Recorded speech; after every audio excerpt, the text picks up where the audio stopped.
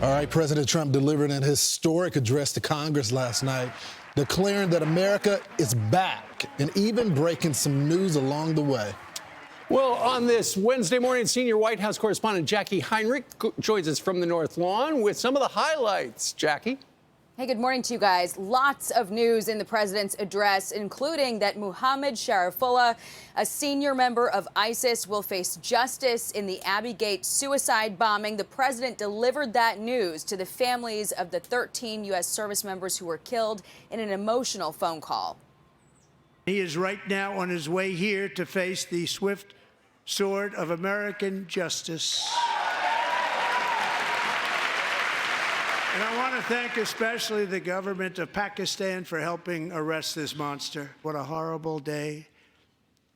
Such incompetence was shown that when Putin saw what happened, I guess he said, wow, maybe this is my chance. That's how bad it was. Indicated last night some progress bringing the Russia-Ukraine war to an end after he kicked Ukrainian President Zelensky out of the Oval Office last week, saying Zelensky was not ready to talk seriously about peace. Zelensky trying to repair the relationship after the U.S. suspended all military aid to Ukraine. I received an important letter from President Zelensky of Ukraine. The letter reads, Ukraine is ready to come to the negotiating table as soon as possible to bring lasting peace closer. Simultaneously, we've had serious discussions with Russia and have received strong signals that they are ready for peace.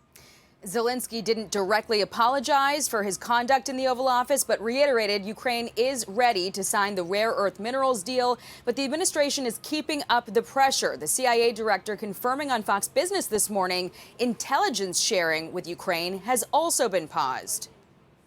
President Trump had a real question about whether President Zelensky was committed to the peace process. And he said, let's pause. I want to give you a chance to think about that. I think on the military front and the intelligence front, the pause that allowed that to happen, I think, will go away. And I think we'll work shoulder to shoulder with Ukraine, as we have, to push back on the aggression that's there. The president made clear he is prioritizing U.S. defense last night, announcing plans for a new missile defense shield to protect the homeland called the Golden Dome, as well as a new Office of Shipbuilding to counter China's maritime dominance, guys. Never dull, just saying. Right. Yeah. Thank you very much, Thanks, Jacqui. Thanks. Brian? Yeah, this was pretty unbelievable. Special thanks to Congressman Dan Muser, who gave me his wife's ticket. He's originally from Long Island. He's a congressman from Pennsylvania.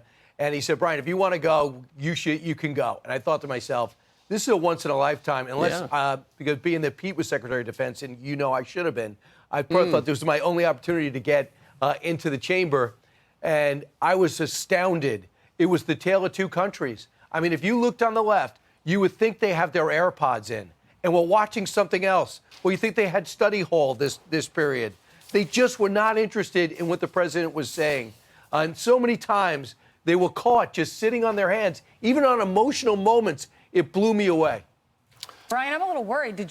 So you took away his wife's opportunity to don't go? thank him, thank You stole her. her ticket?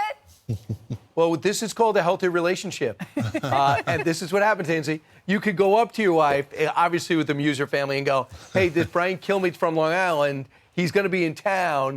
Do you think you could take your ticket? Even though it was a beautiful nighttime and it was a wonderful walk and it was great ambiance and it was historic as the president does something nobody else has done, and that's recapture the White House since we know Well, Brian, what happened. I think the headline, aside from the fact that you took his wife's ticket, is the fact that you think you should have been Secretary of Defense.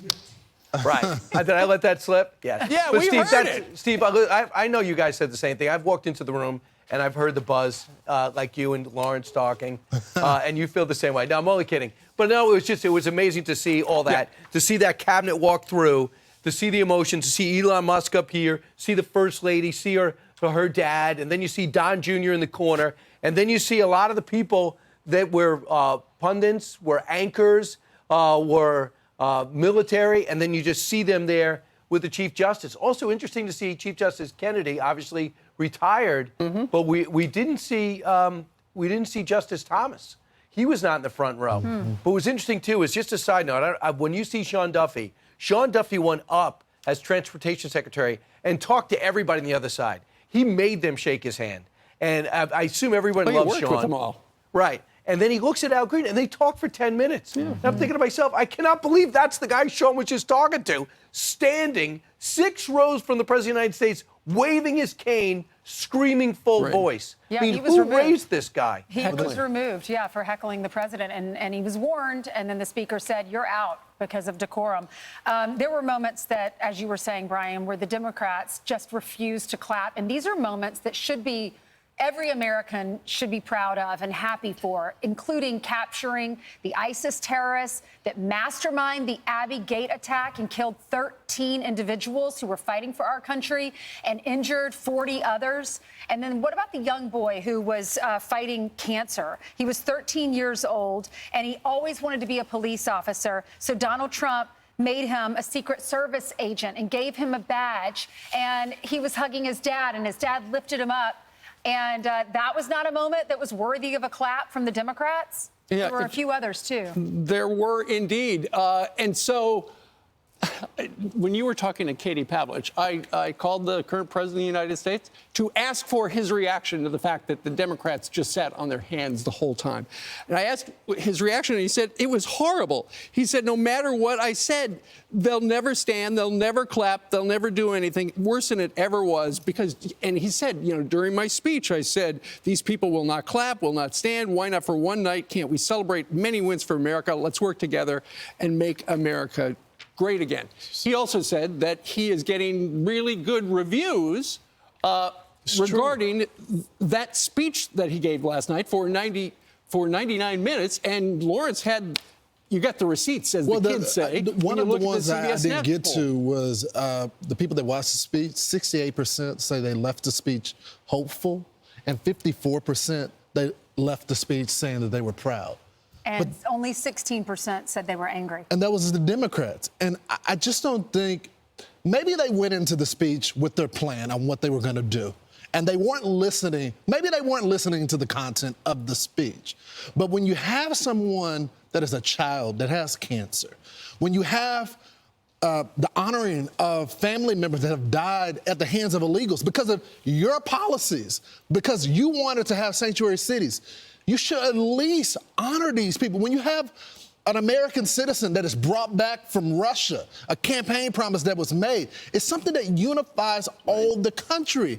And I just want one leader of the Democratic Party to explain to me, where do y'all go from here? Yep. I mean, look at Nancy Pelosi right there. Look at Elizabeth Warren. Yeah, it's just silly. Yeah, and the Army they had seen record high recruitment in a month. They didn't clap for that. Lowering taxes, capturing the terrorists, protesting women in sports, biological men and women's sports, taking down the illegal revenge porn on the internet, the return of American Mark Fogel, a student getting accepted to West Point and finding out from our president that that his application was accepted, and also the moment you were talking about, or we were all talking about, the 13-year-old who was diagnosed with cancer, and Donald Trump makes him a Secret Service agent. Watch. In 2018, DJ was diagnosed with brain cancer. The doctors gave him 5 months at most to live. That was more than 6 years ago. Tonight, DJ, we're going to do you the biggest honor of them all. I am asking our new Secret Service Director, Sean Curran, to officially make you an agent of the United States Secret Service.